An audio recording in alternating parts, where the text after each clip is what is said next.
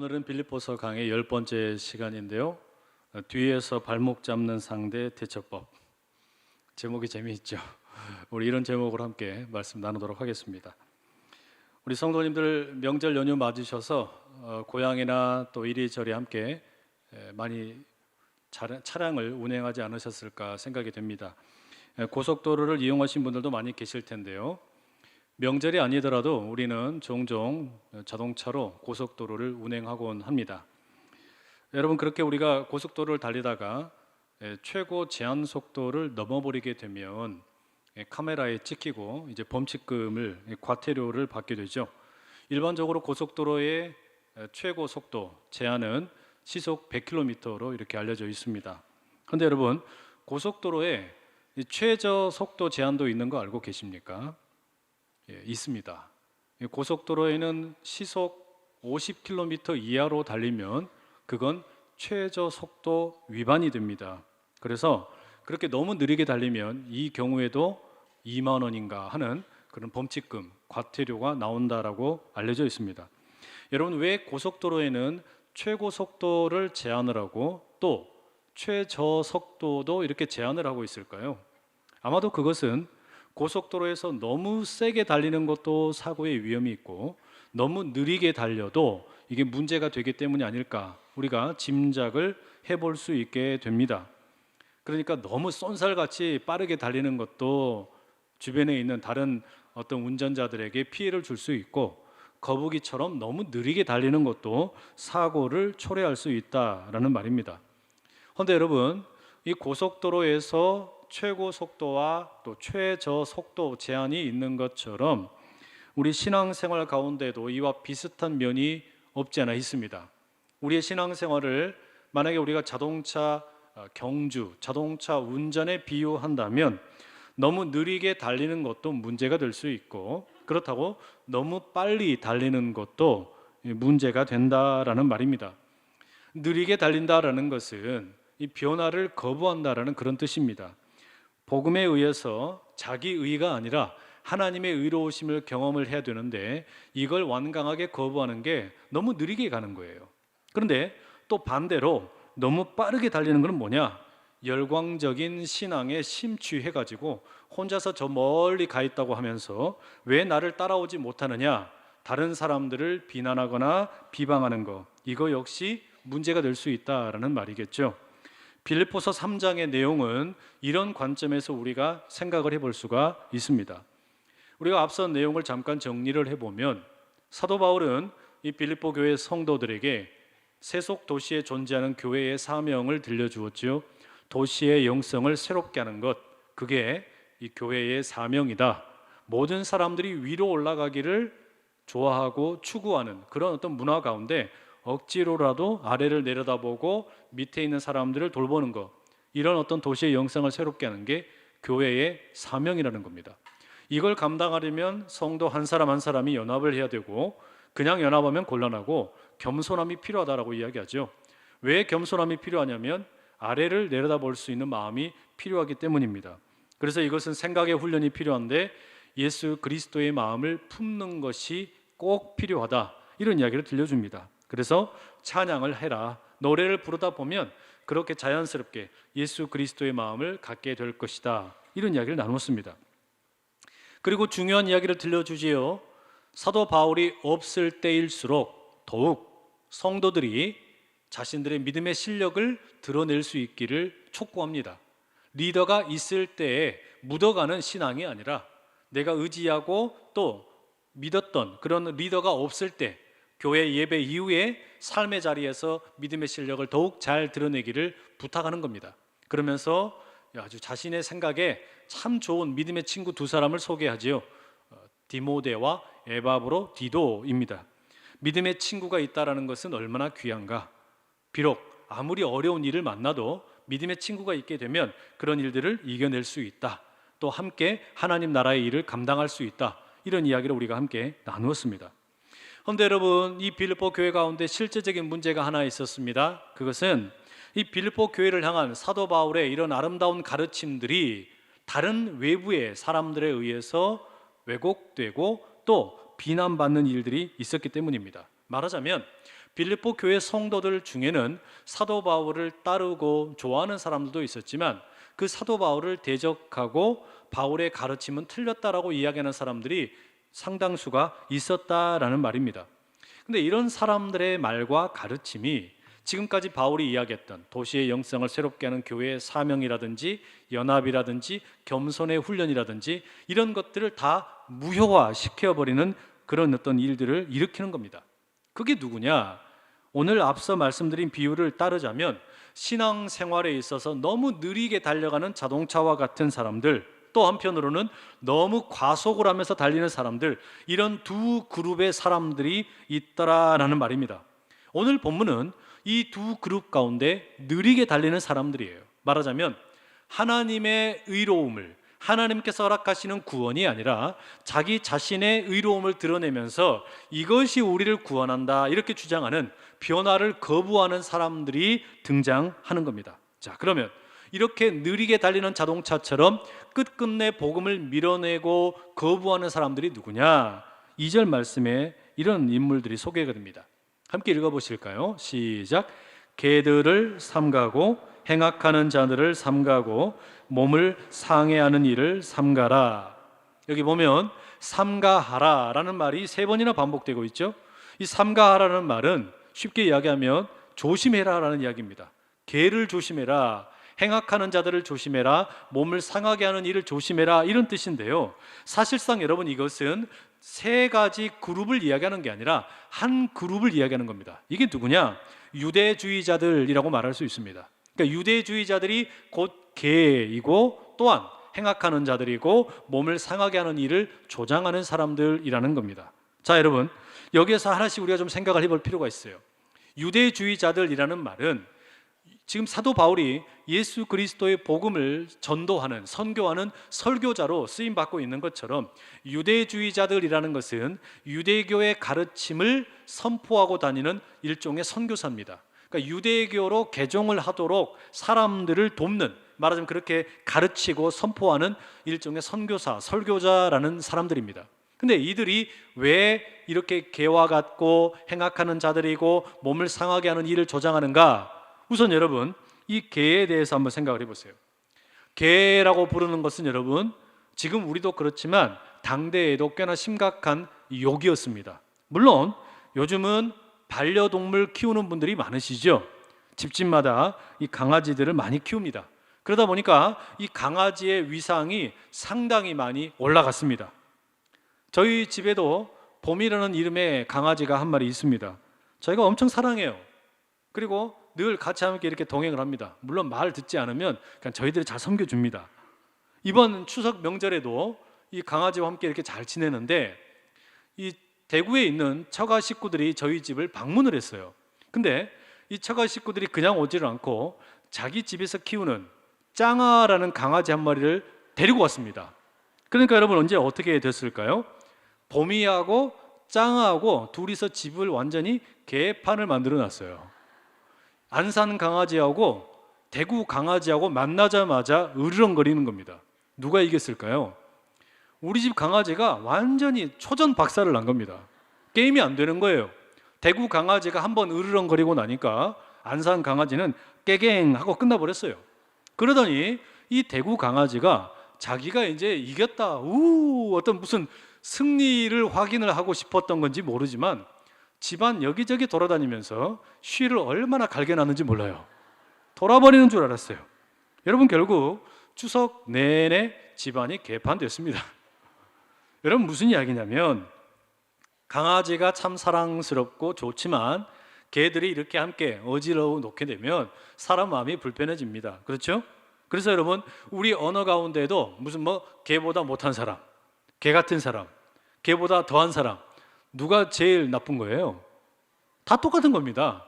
개와 비교됐다는 것 자체가 그다지 좋은 게 아니라는 이야기예요. 여러분 이런 식으로 우리 말 가운데 개와 비교가 되는 것은 상당히 불편하죠. 근데 마찬가지였던 것 같습니다. 유대인들도 이 개라는 표현을 상대방을 모멸적으로 표현할 때 쓰던 표현이었어요. 특히 유대인들이 이방인들을 모욕하고 또 어떤 구걸하는 사람들을 모욕을 하고 쓰레기통을 뒤지는 사람들, 좀도둑 같은 사람들, 이런 사람들을 비난할 때 야, 이 개야 이렇게 불렀다는 이야기예요. 그런데 지금 사도 바울이 어떻게 하고 있는 거냐면 유대인들이 다른 사람들을 가리켜 개라고 부르는 그 욕을 쓰는데 그 똑같은 욕을 지금 누구에게 쓰고 있는 겁니까? 유대주의자들에게 쓰고 있는 거예요. 참 어떤 반어법이라고 말할 수 있겠죠. 그래서 유대주의자들은 개다 이렇게 부르는 겁니다. 뿐만 아니라 2절에 보니까 또 뭐라고 이야기하냐면 이 유대주의자들은 행악하는 자들이다 라고 비난을 합니다. 행악하는 자들, 쉽게 이야기하면 악한 일을 많이 한다는 이야기죠. 나쁜 짓을 많이 저지른다는 말입니다. 왜 이렇게 비난하는 것일까요? 이 유대주의자들이 무슨 윤리적으로나 도덕적으로 나쁜 짓을 많이 했기 때문일까요? 그건 아닙니다. 유대인들이 지금 무슨 나쁜 짓을 많이 했기 때문이 아니라 윤리적인 차원이 아니라 이것은 철저하게 신학적인 차원에서 행악하는 자들이라 비난하는 겁니다. 말하자면 의로움에 대한 가르침, 하나님이 우리에게 주시는 구원에 대해서 잘못된 가르침을 주고 있다. 바로 이런 이유 때문에 비난하는 겁니다. 무슨 말이냐면 유대주의자들은 지금 뭐라고 주장을 하는 거냐면 우리가 의롭게 되려면, 우리가 구원을 받으려면 예수만 믿어서는 곤란하다. 거기에다가 율법을 함께 믿어야 된다. 율법을 함께 행하여야 된다라고 이렇게 이야기하는 겁니다. 내가 예수를 믿는 것도 중요하지만 율법을 잘 지켜야지만 의롭게 된다, 구원을 받는다, 이렇게 이야기하는 거예요. 그러니까 여러분, 이것은 지금 어떻게 되는 겁니까? 사도 바울이 지금까지 빌립보 교회 성도들에게 가르쳤던 것을 왜곡시키는 겁니다. 사도 바울은 여태 뭐라고 가르쳤어요? 예수 그리스도를 믿음으로, 오직 예수 그리스도로 인해서 의롭게 되고 우리가 구원받는다라고 가르쳤는데 사도 바울이 없는 틈에 유대인들이 와가지고 뭐라고 이야기하냐면 교회 성도들에게 야, 당신들 예수만 믿어서는 곤란하다. 이 율법도 잘 지켜야 된다. 그래야만 당신들 의롭게 되는 것이고 진짜 구원을 받는 것이다. 이렇게 이야기한단 말이에요. 그러니 여러분, 이건 지금 사도 바울이 지금까지 이야기했던 복음이나 또는 어떤 의롭게 되는 것이라든지 구원에 이르는 길이라든지 이런 것을 심각하게 왜곡시키는 일이 되어버립니다. 가장 큰 문제가 뭐냐면 바울이 지금껏 외쳤던 오직 예수님만 향하여 바라보고 있던 시선을 다시 누구에게 향하게 만드는 거냐면 자기 자신에게 향하게 만드는 거예요. 내가 예수님을 바라보면서 예수님으로 인해서 의롭게 되고 구원받는 게 아니라 내가 뭔가 선한 일을 해야만, 착한 일을 해야만 구원받는 거구나, 이걸 자꾸 오해하게 만드는 겁니다. 특히 여러분, 빌립보 교회 성도들은 거의 대다수가 다 이방인들입니다.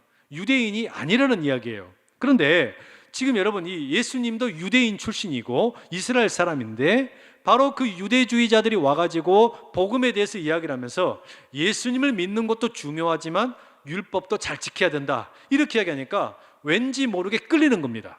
왠지 모르게 그게 신기하게 느껴지고 새롭게 흥미를 느끼게 되는 겁니다.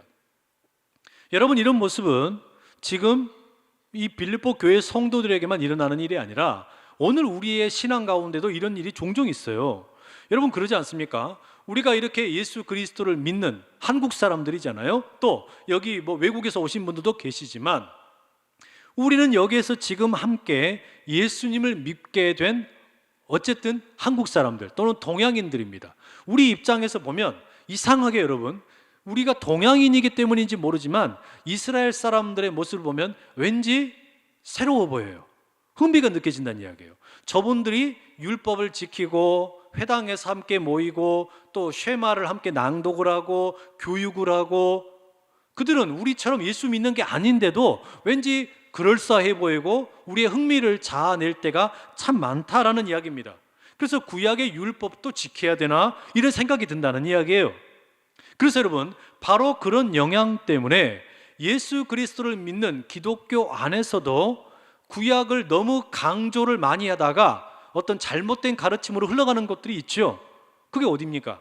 제7일 안식일 교회 혹은 여호와의 증인, 이런 게 여러분 다 뭡니까? 예수 그리스도, 오직 예수 그리스도가 아니고 거기에다가 안식일을 더해 놓는 거예요. 또 예수님이 진짜가 아니라 여호와의 증인이 되어야 된다고 이야기하는 겁니다. 이게 다 뭐냐면 어떤 신약 성경에 나타나 있는 복음, 오직 예수가 아니라 구약 성경에 있는 것을 너무 강조하다가 오직 예수라는 것이 희미해져 버린 겁니다. 이런 일들이 지금 우리에게도 주변에서 종종 있다는 이야기예요. 그래서 여러분, 사도 바울은 유대주의자들이 와가지고 빌립보 교회 성도들의 복음에 대한 이해를 흔들어 버리는 것, 이게 너무나 못마땅했던 겁니다. 그래서 그들을 가리켜 뭐라고 불러요? 행악하는 자들이라고 부르는 겁니다.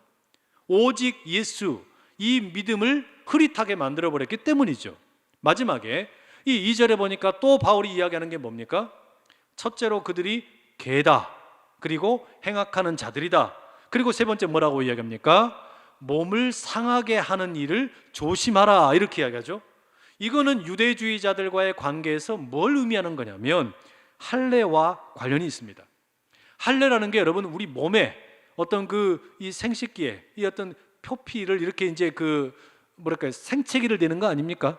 이게 할례인데 그걸 그래서 사도 바울은 지금 뭐라고 표현하고 있냐면 몸을 상하게 하는 일이라고 이야기합니다.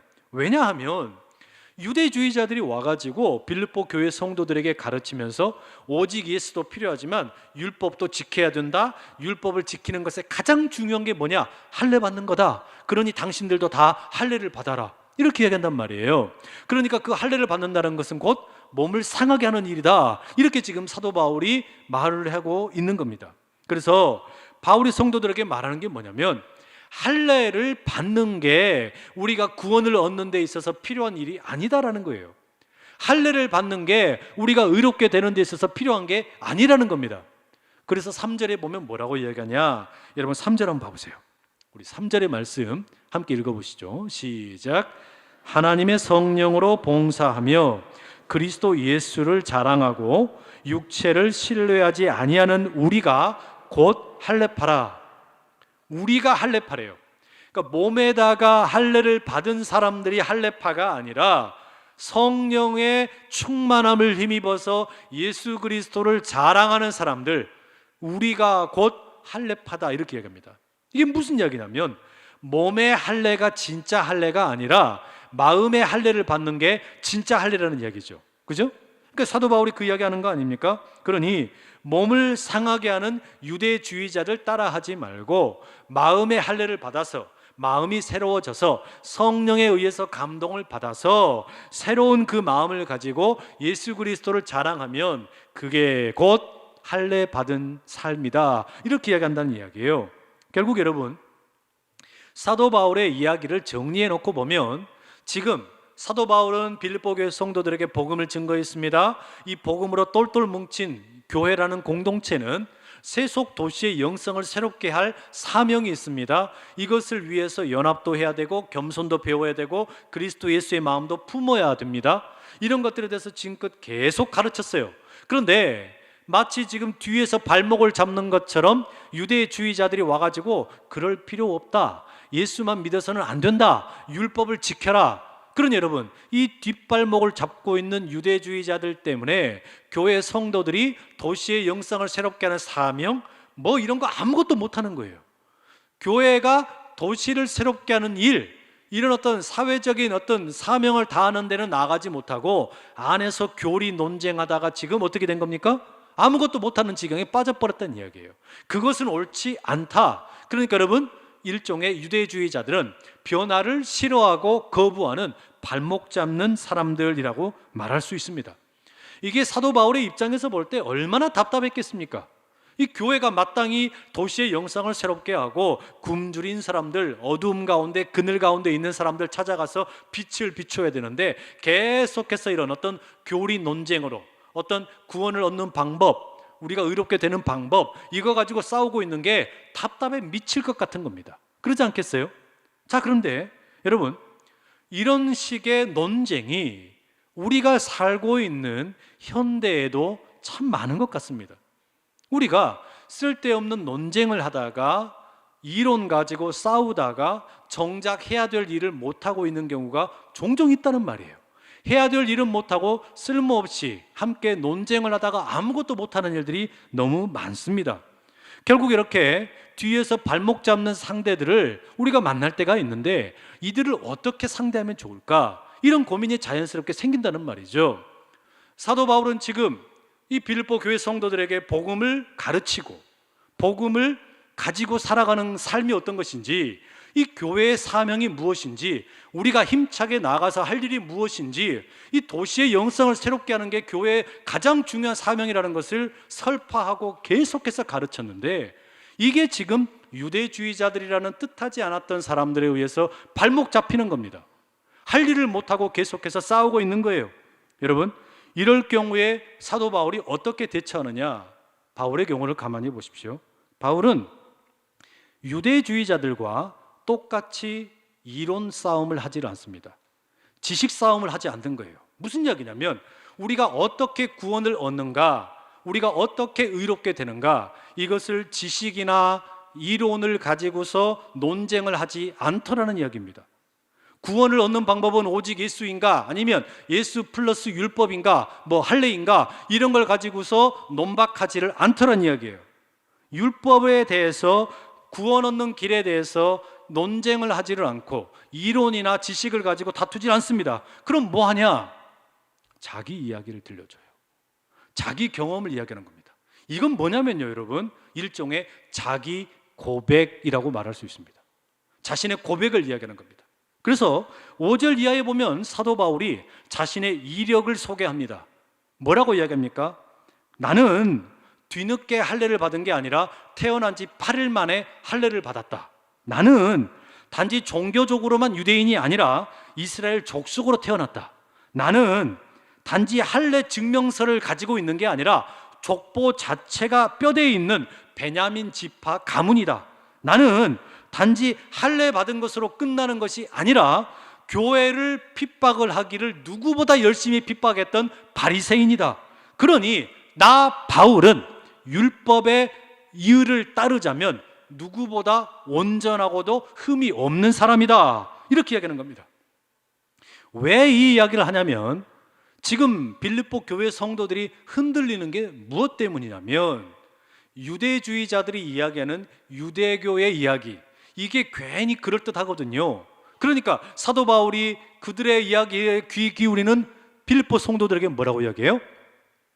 유대주의자들이 그렇게 감명 깊고 괜찮아 보인다면 나는 훨씬 더 유대교에 충실했던 사람이다. 율법에 충실했던 사람이다. 이걸 이야기해주고 있는 겁니다. 자, 그 다음에 뭐라고 이야기하냐? 그만큼 나는 율법에 미쳐서 살아가던 인생인데 그런데 나는 바뀌었다라고 이야기해요. 나는 달라졌다고 이야기합니다. 7절 8절에 뭐라고 이야기하냐? 그러나 무엇이든지 내게 유익하던 것을 내가 그리스도를 위하여 다 해로 여길 뿐더러 또한 모든 것을 해로 여김은 내 주 그리스도 예수를 아는 지식이 가장 고상하기 때문이라. 내 주 예수를 아는 지식이 가장 고상하기 때문이라. 여러분, 이건 무슨 이야기냐면 과거에는 내가 의롭게 되기 위해서, 구원 얻기 위해서 율법에 가장 많이 내 시간을 들이고 투신을 했고 뿐만 아니라 유대의 율법이나 유대의 가르침이나 이 모든 걸 내가 얼마나 열정적으로 사랑했는지 모른다. 그 속에 나는 가치가 있는 줄 알았다. 그러나 내가 달라졌다라고 이야기하는 거예요. 뭐가 달라진 겁니까? 예수 그리스도를 만나놓고 보니까 진짜 중요한 최고의 가치를 알게 되었다는 겁니다. 그러니까 여러분, 이 이야기는 자신의 과거의 삶을 부정하거나 율법이 틀렸다거나 내 인생이 과거는 다 쓰레기였다거나 이 이야기가 아니에요. 그럼 뭘 말하는 거냐? 내가 과거에 그렇게 매달렸던 나의 열정이 이제는 진정한 최고의 가치인 예수 그리스도를 만나놓고 보니까 나머지는 아무것도 아니더라. 나머지는 아무것도 아니더라 이야기하는 겁니다. 자신이 공부했던 어떤 무슨 학업 또는 율법에 대한 어떤 열심, 바리새인으로 살았던 삶, 이 모든 것들이 이제는 다 아무것도 아니고 예수 그리스도만 내게 보이더라는 거예요. 예수 그리스도만 내게 최고의 가치가 되고 보니까 다른 것은 다 아무것도 아니더라는 겁니다. 그런 여러분, 사도 바울의 경우에 지금 뭐가 된 거냐면 율법에 대해서 이야기하고 할례에 대해서 이야기하고 또 자기 자신의 의에 대해서 이렇게 이야기하는 유대주의자들과 싸우는 것은 아무 의미가 없다는 겁니다. 나에게는 오직 예수 그리스도만 살아있기 때문이라는 이야기예요. 이 이야기를 지금 사도 바울이 계속해서 힘주면서 이야기하는 겁니다. 그래서 8절과 8절 하반절에서 9절에 뭐라고 이야기하냐? 여러분 함께 같이 한번 읽어보세요. 화면에 나옵니다. 시작. 내가 그를 위하여 모든 것을 잃어버리고 배설물로 여김은 그리스도를 얻고 그 안에서 발견되려 함이니 내가 가진 의의는 율법에서 난 것이 아니요 오직 그리스도를 믿음으로 말미암은 것이니 곧 믿음으로 하나님께로부터 난 의라. 여러분, 이게 우리 믿음의 고백이에요. 이 고백이 있어야만 뭐가 가능하냐면 발목 잡는 사람들을 이길 수 있다는 이야기예요. 무슨 이야기겠습니까?